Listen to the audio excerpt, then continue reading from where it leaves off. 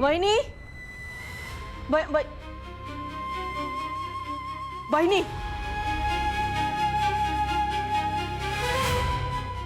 वहिनी, मला आत्ताच्या आत्ता उत्तर हवंय. कसलं? मला माहिती आहे मीरा आई होणार आहे आणि ती का होणार आहे, कारण हे न कळण्याइतकी दूधखोडी मी नक्कीच नाही. काय कळलं तुला यातून? तुम्ही दोघी जणी मिळून माझा हक्क हिरावून घेण्याचा प्रयत्न करताय. हा सगळा खेळ ना वारशासाठी. मीराला मूल झाल्यानंतर ही सगळी प्रॉपर्टी त्याच्या नावाने होईल. मग आम्ही काय करायचं? बघत बसायचं? नर्मदा गप्प बस. नाही, मी आता गप्प बसणार नाहीये.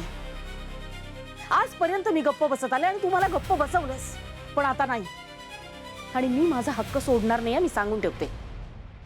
नर्मदा, हे बघ, असं काहीही होणार नाहीये. काही होणार नाहीये का? तू होऊच देणार नाहीयेस. खूप फरक आहे या दोन गोष्टींमध्ये, खूप. आणि तसंही काय, तुला हक्काचं महत्व कसं कळणार? कारण तू आत्तापर्यंत हक्क गाजवत आलीस, कधी कुणाकडे काही मागितलं नाहीस. पण एक गोष्ट लक्षात ठेव, जिला हक्क हिरावून घ्यायची सवय असते ना, तिचा हक्क कधी ना कधीतरी कोणीतरी हिरावून घेतोच. नर्मदा, बास झाली तुझी बडबड. निघ आता, चल इथून. मी जाणार नाही. तू अशी ऐकणार नाहीस. चल वहिनी, सर वहिनी सोड. मला वहिनी सोड, मला दुखतं वहिनी. सोड वहिनी.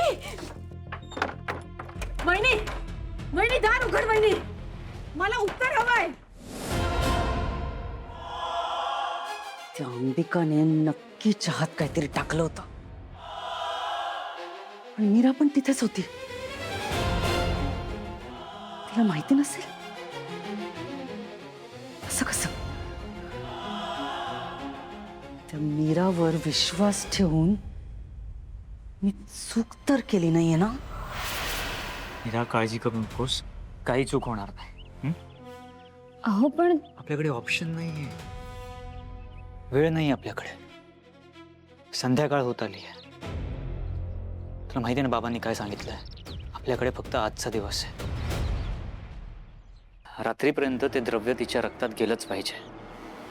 तुम्ही जे म्हणताय ते खरंच शक्य आहे का? हो मीरा, शक्य आहे. मंजिरीच्या तळपायांवर खोल भेगा आहेत. त्या भेगांमधून तिचं शरीर ते द्रव्य अब्झॉर्ब करेल आणि अल्टिमेटली ते द्रव्य तिच्या रक्तात जाईल. फक्त त्याआधी मला एकदा अनन्याशी बोलायचं आहे.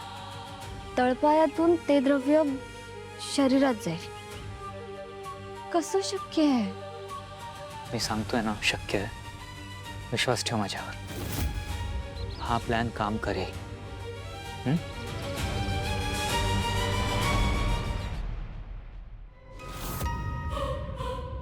प्रत्येक लिंबाच्या तुकड्यावर फक्त एक थेंब टाक मीरा.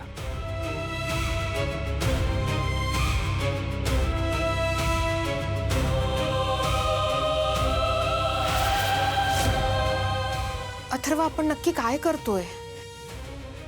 हे लिंब द्रव्य नक्की काय आहे तुमच्या डोक्यात?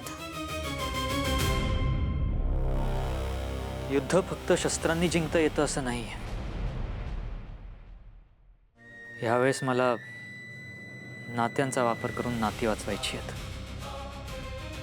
म्हणजे कळेल, वेळ आल्यावर सगळं कळेल.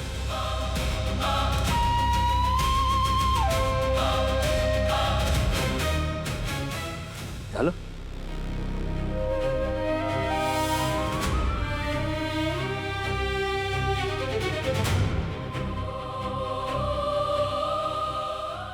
चला माझ्यासोबत.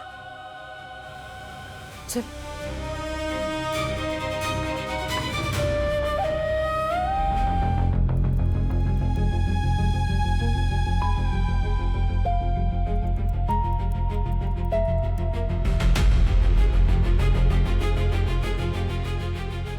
अनन्या, बिझी आहेस? काय काम आहे? वेदा कुठे आहे? माहित नाही. मग अशी आली होती ती खेळायला, पण लगेच गेली. असेल घरात कुठेतरी. ठीक आहे, मला तसंही तुझ्याशी बोलायचं होतं. मी आता बिझी आहे, आपण नंतर.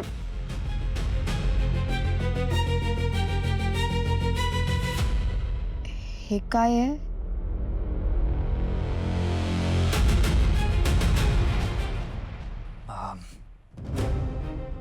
तुला जरा विचित्र वाटेल पण एकदा माझं म्हणणं ऐकून घे.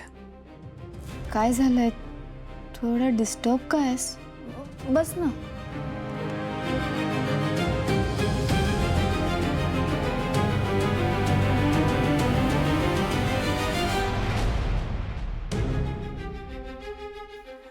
घरात जे चाललंय ते हळूहळू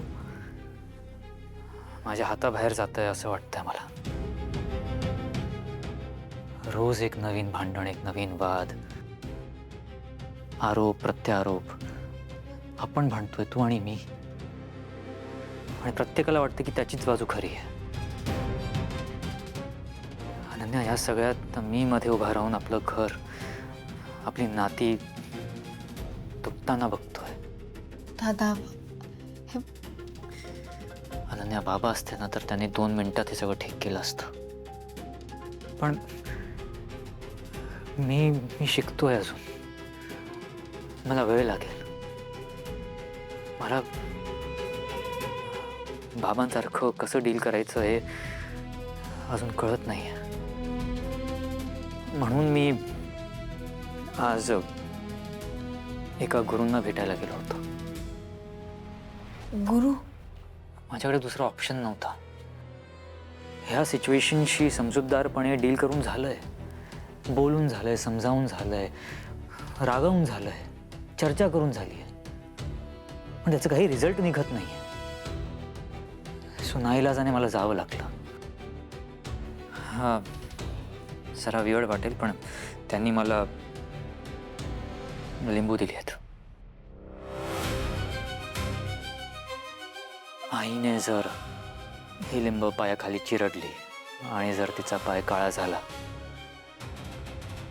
तर मीरा आणि तिचे बाबा जे म्हणतायत ते खरं असेल. अरे दादा, आणि आणि ऐक, आणि जर असं नाही झालं तर आई जे म्हणते ते खरं असेल. सिरियसली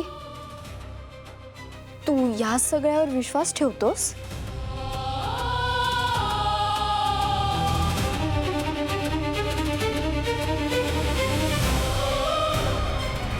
नाही माझा विश्वास. मला नाही वाटत हे खरं. पण मला माझं घर तुटताना बघवतही नाही अनन्या. हे करून जर सत्य बाहेर येणार असेल ना तर मला हा चान्स घ्यायचा आहे.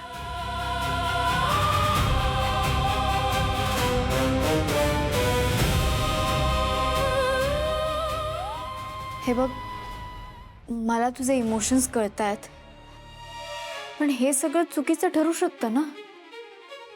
अगं अनन्या, काही न करण्यापेक्षा हे केलेलं कमी चुकीचं ठरेल ना ॲटलिस्ट.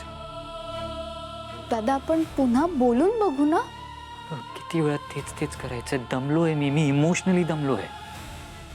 आणि फ्रँकली कोण चुकीचं आहे कोण बरोबर आहे ना हे जाणून घेण्यात मला अजिबात इंटरेस्ट नाही. मला फक्त माझं घर, माझी फॅमिली हवी आहे, परत हवी आहे, एकत्र हवी आहे.